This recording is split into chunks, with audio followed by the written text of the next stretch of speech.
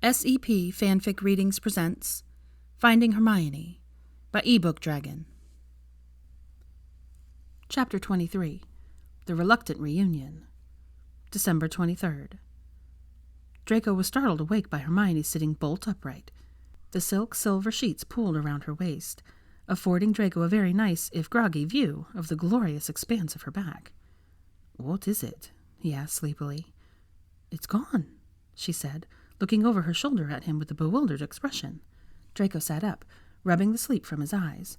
The cuff was still there, as was the scar on her arm. Her clothes were gone, but she couldn't have been talking about that, since she was the one that took them off last night. Needless to say, he had no idea what she was talking about. He rubbed a hand soothingly up her back. "What's gone?" "The bond with Ron. It's gone. I thought I felt something last night, but now the bond is gone," she said, looking at him confused. Draco remembered when he felt his matrimonial bond with Astoria sever. It had felt like a rubber band snapping back on him. He hadn't needed the healer to come and tell him that his wife was gone and his newborn son was motherless. He'd felt it the moment she'd left. "Do you think something's happened to Weasley?" he asked, drawing her into his arms and cradling her against his chest. She traced the Sectum Semper scar that started near his right collarbone and ended just under his left armpit. He always got little tickles of sensation when she touched the silvery scar tissue. "I don't think so," she said, her soft exhalations across his nipple causing him to shiver. "I've never heard of a matrimonial bond breaking for any other reason than death," Draco said, thinking back again to Astoria. "I don't think he's dead, or even gravely injured. I didn't really process it last night while it was happening, but it felt like it unraveled rather than snapped, now that I think about it," Hermione said. Draco lay back against the pillows and brought her with him. He lay there thinking as his hands skimmed up her back. The bond that connected her to Weasley was gone, a bond that was usually only severed with the death of the partner. She didn't think he was dead, and he felt that he should trust her judgment on that one. "When do you think it happened?" he finally asked. She rested her chin on her hand on his chest and breathed deeply. "While we were making love last night." "We've made love every day since the ball, multiple times a day," he said, smiling and waggling his eyebrows, earning him a laugh and a playful smack. "Why would it suddenly break last night?" "I'm not sure. It's gone this morning, though." He rolled them so that he was on top of her. He looked down into the face he'd dreamed about for years. He saw the girl she'd been when he first met her, and the woman she was now, and everything in between. Her chestnut curls fanned out around her head. He wondered how he ever became lucky enough to deserve the love that he saw shining out of her eyes. "I think we should make love again, just to make sure it's gone," he said with a grin. "Insatiable rogue," she said, drawing him down to give him a scorching kiss. "It'll have to be quick. We need to spend time with the girls before we take them to Ron's." "I can do quick," he said. It had been quick, Draco mused as he dressed for the day. They'd gazed into each other's eyes, and he'd made love to her. He found the gold thread easier than he had last night. She'd come apart in his arms, still gazing at him.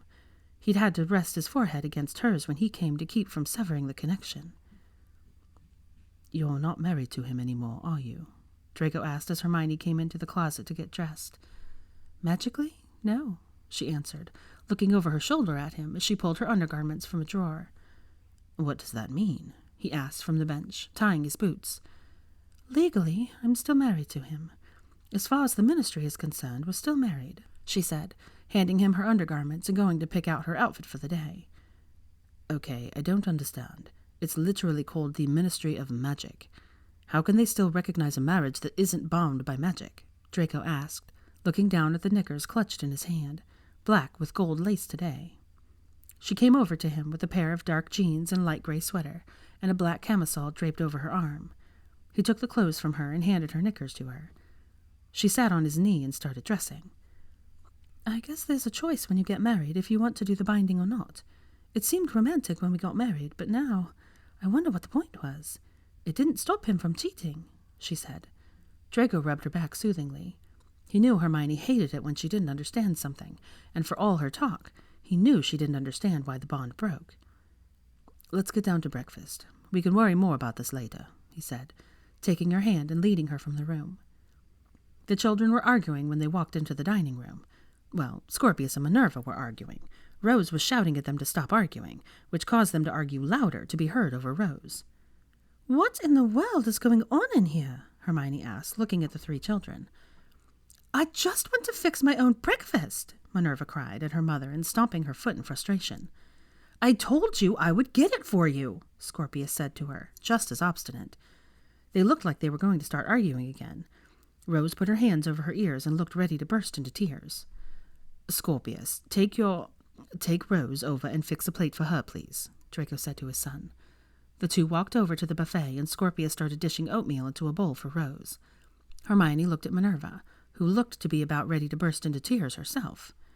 "What's really going on?" Hermione asked. "You haven't seemed to have a problem with Scorpius or Draco serving your meals to you since you got here."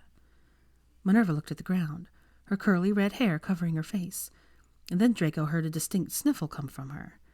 He looked at Hermione and gestured with his chin towards the door. She nodded at him, looking worried, and wrapped an arm around Minerva and guided her out of the room. "We'll be right back. Eat your breakfast," Draco said to Scorpius and Rose, who were seated together at the table and looking glum. He closed the door behind him and found Hermione and Minerva sitting on the bottom steps of the stairs. He crouched down in front of them. "You want to tell me what this is about?" Hermione asked her daughter, who was looking down at her hands. Minerva looked at her mother with tears in her eyes and pleaded, "Don't make me go over there, Mum, please." Hermione reached over and petted her daughter soothingly. "I want you to try. Remember when we talked about this? I told you that you didn't have to stay if you didn't want to, but I want you to try." "Please, Mum," Minerva begged, starting to break down again. "I have a bad feeling. I don't want to go." Draco settled on his knees in front of them and took Minerva's hands. "Hey," he said to get her attention. She looked up at him. "Remember what we talked about yesterday?" he said, and she nodded at him. "You and your sister will be safe. Just give your dad a chance." She nodded again and wiped her eyes. Draco realized then that it probably wasn't going to get any easier for him to send his girls over to Weasley's.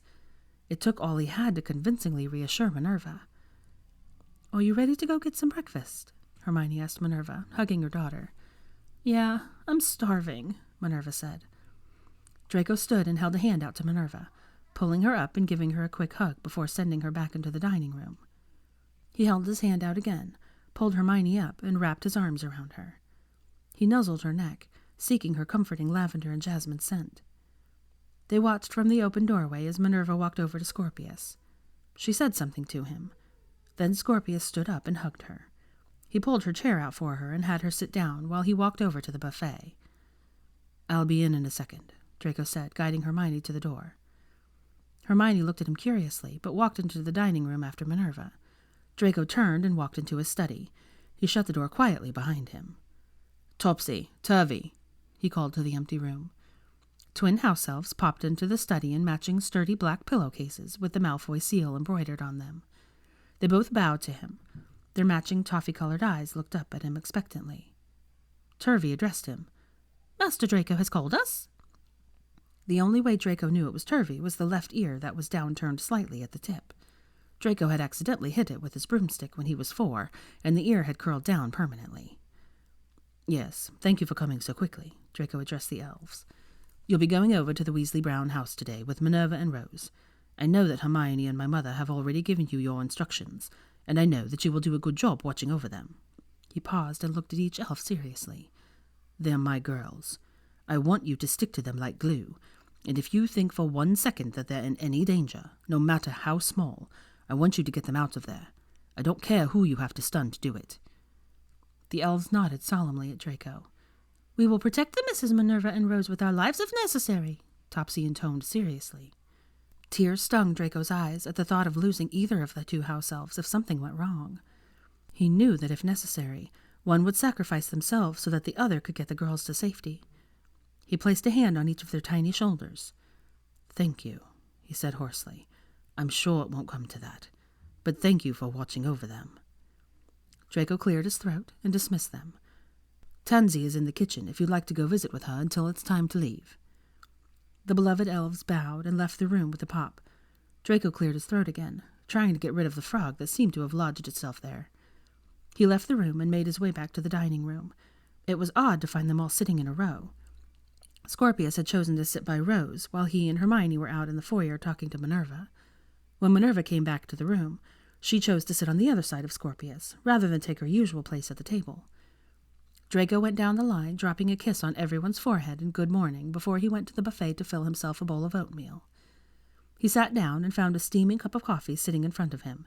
He took a sip and sighed appreciatively. Hermione smirked over at him, barely glancing up from the paper. "You're not the only one that pays attention." "Thank you for the coffee, Lioness," he said, smiling at her. She slid the paper over to him, and he looked down at the pictures she was pointing out. Of course, they were covering the gossip pages again. The photographer had caught his flying lessons with Minerva yesterday. Prominent among them was the picture of Minerva launching herself off her broom at him.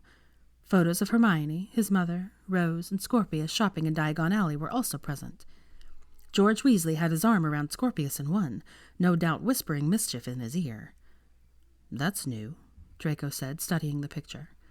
He felt Hermione shift over in her seat to look at the paper again. "What's new?" "We were gone at the same time yesterday," he pointed out. "That is new," Hermione agreed. He could see Scorpius and Minerva craning their heads from down the table.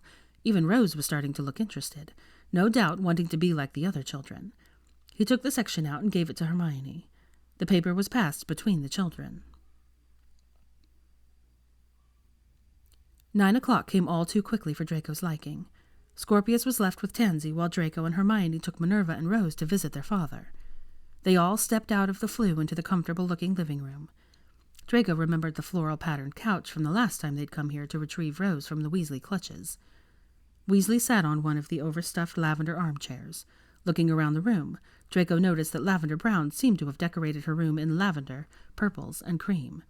A bit of an obsession with her name, Draco supposed. Not that he was much better, since Rose was currently clutching her dragon, Norbert, in her hand. Not to mention the businesses that were named after him in Cokeworth. Weasley stood up and came over to them, looking apprehensive. "Hi, I wasn't sure you'd come." "We're here, as agreed," Hermione said tensely. She looked down at the girls and then back at Weasley. "You remember what we agreed upon?" Weasley's jaw clenched and his nostrils flared. "I remember. Now it's my time with our daughters. So if you would please." He ground out, gesturing back at the fireplace. Draco wanted to snarl at Weasley. His attitude wasn't making it any easier for them to leave the girls there. Draco saw Weasley's lip curl when Hermione turned her back to hug the girls. It was gone in a flash, and Weasley's face settled back into an expression of bland neutrality. The girls were thoroughly hugged and kissed. Draco squeezed Minerva's shoulders in reassurance before he left with Hermione. Just as he was stepping into the fireplace, he felt an invisible hand touch each of his knees. They stepped out of the fireplace and into the study at Spinner's End. Scorpius was lounging on the sofa with the book propped open. He looked up at them as they stepped out and closed the book. "So they went over to see their dad?" Scorpius asked with a worried frown, looking between Draco and Hermione. "Yes," Hermione said with a sigh, sitting beside Scorpius on the couch and smoothing his hair down. "Minerva was really worried about going over there," Scorpius said, leaning into Hermione and letting her wrap her arms around him. Draco sat beside Hermione so that she could lean against him. He didn't like it, not one bit. He wondered if he could get away with calling Harry and sending him over there, or just making the elves bring them home. "I'm sorry she snapped at you," Hermione said to Scorpius. Scorpius shrugged. "I knew she didn't mean it. She was like that sometimes at school. Something would bother her, she was having a bad day, and she would just snap. Drake handles it the best. They would go off for a walk, or Drake would pick a fight, and she seemed to be better once she let off a little steam." "So you pick a fight with her?" Draco asked his son. Scorpius looked at him over Hermione's shoulder.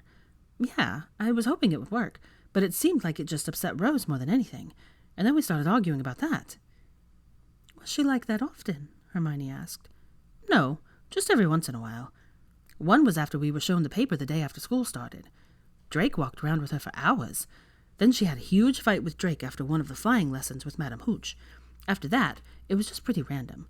Since the last Parents' Day, she's been pretty mellow," Scorpius said, fiddling with the pages of his book. "Does she just hang out with Drake, then?" Hermione fished. Scorpius shook his head. "No, we all hang out together. There are even kids from other houses that we're friendly with." "Dad," Scorpius said, looking at him again, "remember you said we'd go pick out a gift for Florence today? Can we go do that?" Sure, Draco said, looking at his son. Go get your jacket and shoes on. Hermione kissed his forehead and released him. Scorpius stood up, looking a little pink, and set his book on the table. Do you want to come with us, Hermione? He asked. Thank you, sweetheart, but I think this should be a father-son outing this time, she said. Scorpius left the room to finish getting ready. Hermione drew her legs up onto the couch and snuggled into him. She shivered a little as he played with her hair. What are you going to do while we're gone? Draco asked idly. Poke around the library at the manor, probably, she answered, drawing patterns on his chest with her finger. Books. That would be a good distraction from her worrying about the girls. His mother would be there as well and could keep her company if Hermione needed it. Scorpius came bounding back into the room, looking excited. Hermione sat up and they both smiled at Scorpius's enthusiasm. Come on, Dad, let's go, let's go, let's go, Scorpius said, pulling on Draco's arm to get him to stand up and get moving. All right, Draco said, laughing and standing up. He bent down and kissed Hermione, biting her lip, and then rubbing his tongue against hers. He wanted to have her taste like him before he left. Ew, gross, you can do that when we get back. Let's go, Scorpius said, getting impatient and pulling on his arm so hard Draco thought he might be trying to wrench it loose. We're going over to the city center here in Cokeworth. We'll meet you at the manor when we're done, Draco told Hermione, giving her one more peck on the lips before turning to Scorpius and letting himself be tugged away. All right, Mr. Impatient, let's go. He grasped Scorpius's shoulder and apparated them to the center of town, just outside a jewelry store. He had a fondness for the owner, Tobias, who had named the store the Dragon's Treasure, after Draco as a joke. He ushered Scorpius inside the store. A young blonde witch that Draco remembered as being the owner's eldest daughter, Elfie, greeted them with a smile. Good morning, Mr. Malfoy and young Mr. Malfoy. What brings you in to see us? Good morning, Elfie. We've come looking for Christmas presents, Draco answered, flicking a glance between the witch and his son, who was looking around awestruck. Dad was wondering when we'd get to see you in here. He saw that extraordinary cuff on Miss Granger's wrist in the paper and was dying to know who made it. I was a little disappointed you didn't ask him, Elfie said with fond amusement at her father. Tell your father it's a very old family piece and not to be jealous. He knows he's my go-to for jewelry, Draco said. Scorpius here has a young lady he'd like to buy a Christmas present for. I've got a few things you might be interested in, Elfie said, leading them past the cases of large occasion pieces, bridal jewelry, wedding and engagement rings, to a case of bracelets. Scorpius peered into the case and Draco looked over his shoulder. Scorpius pointed out a diamond tennis bracelet, casting a hopeful look over his shoulder at Draco. Draco shook his head at his son with a small frown. That's a bit much for an 11-year-old girl. Scorpius looked indignant at Draco's answer and huffed. We're almost 12. Draco held back his chuckle of amusement. Elfie smiled at him over Scorpius's head. I have a few things over here that your lady might like, Elfie said. She opened up a case and levitated some bracelets out, along with displays of charms and beads. Chain bracelets and rope bracelets were lined up across the counter. Scorpius picked out a silver rope bracelet, with a clasp decorated with daisies and cherry blossoms. He then picked out charm beads with her initials on them, F, A, and Z. After that, Scorpius appeared lost about what else to pick. When is her birthday? Elfie asked. March 17th, Scorpius answered. Elfie picked out some aquamarine beads and beads with daffodils on them. So these are her birthstone color and birth flowers, Elfie explained. Scorpius picked out the aquamarine bead he liked, an aquamarine stone with a diamond halo, and cut out hearts along the sides of the charm. He then picked a dangling yellow daffodil charm. Elfie took the charms and threaded them through the bracelet, pulling small silver spacers between each of the charms. She fastened the bracelet back together and handed it to Scorpius. Scorpius showed him the finished project.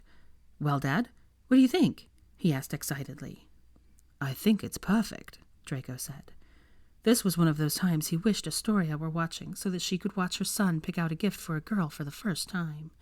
See how excited he was. Elfie put the bracelet in a black velvet box and handed it to Scorpius. There you go, young man, she leaned forward and whispered. She's going to love it. Hey, Dad? Scorpius asked. Yes, son, Draco answered. Should we get something for Rose and Minerva? He asked. Draco thought about it for a second. Maybe Hermione wouldn't mind if he got them something small for Christmas. I think that's a good idea, he agreed. They decided on a charm bracelet similar to Florence's. Scorpius picked out a silver rope bracelet with an owl on the clasp. Then they picked out silver charms for her initials, M, H, G, and W. Draco picked out a garnet charm similar to Florence's aquamarine and a dangling white snowdrop flower. He also found a dangling broom and added that to the pile of charms. Draco picked out a silver chain necklace with an opal unicorn pendant for Rose. Elfie boxed up the bracelet and the necklace and put them in the bag along with Florence's bracelet. Draco was starting to usher Scorpius toward the door when Scorpius stopped in front of a case of rings. "Wait! We need to get something for Hermione." Elfie looked positively eager, especially since Scorpius had stopped right in front of the case with the engagement and wedding rings displayed. "I like this one," Scorpius said, pointing at a 4-carat pear-shaped diamond set in a rose gold filigree setting with a matching rose gold diamond infinity band. He had to hand it to his son. The boy had good taste. The ring was perfect for Hermione. It was way too soon to be considering proposals yet, and Elfie would probably be dying to tell someone that Draco bought an engagement ring for Hermione. "It's very beautiful, Scorp, but that's an engagement ring," Draco said. Scorpius turned to look at him. "So? You're going to ask her to marry you, right?" "Not for Christmas, I'm not," Draco said emphatically. Scorpius looked disappointed by his answer. "Oh. Let's get something else for Hermione, and we can talk about proposals on the way home," Draco said, looking to perk his son back up a bit. He ended up picking 3 infinity bands for Hermione, garnets for Minerva, emeralds for Rose, and, just in case, amethysts for Scorpius. He looked meaningfully at the engagement ring Scorpius had picked out and back at Elfie. She winked and sent the ring to the back of the store. Once they got outside, Draco steered Scorpius in the direction of Spinner's End. They walked quietly side by side until they got out of the congestion of the city center. Draco finally broke the silence when the crowd thinned. "Do you want me to propose to Hermione?" he asked, looking down at his son. Scorpius looked up at him with vulnerability he'd never seen before in his son. "I want a mom," Scorpius said quietly. Draco stopped dead in his tracks. This was the thing he'd always feared, that Scorpius would feel that he'd missed out on something because Draco had never remarried after Astoria. Draco had never given him another mother to love him, never even given him the hope of a mother until Hermione came into their lives. "I'm sorry," Draco said finally. "I should have tried harder to find you a mom when you were younger." "I was okay with it just being us. I don't think I really knew what I was missing until Hermione came along," Scorpius said, tugging Draco back into motion. "You really like her?" Draco asked. He had to confess that he was desperate for his son to like Hermione. Just like with Minerva, his son's opinion mattered. "I like her," Scorpius answered a little shyly. Draco watched with amusement as his son ducked his head and his ears got pink. "What do you like about her?" Draco asked in curiosity. "She gives good hugs. She treats me just like Rose and Minerva.